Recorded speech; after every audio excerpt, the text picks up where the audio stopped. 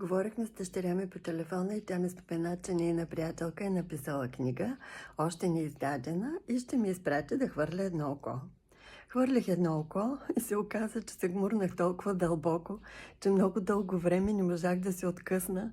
Не можах да повярвам, че прочитам такива неща, които ме изумяват.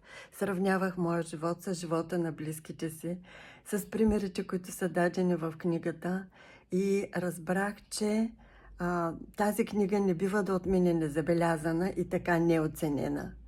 Зная, че тая книга ще живее своя живот, защото това е книга с главна буква. Тя е извор на живот и тя е ключ.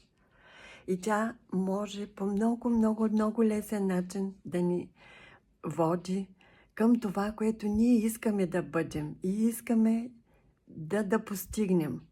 Към нашето здраве, към нашето добро отношение с хората, към нашите успехи, където и когато решим.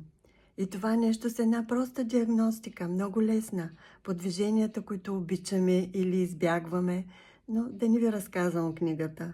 Прочетете я, ще се изумите, ще ви бъде интересно и ще ви бъде полезна.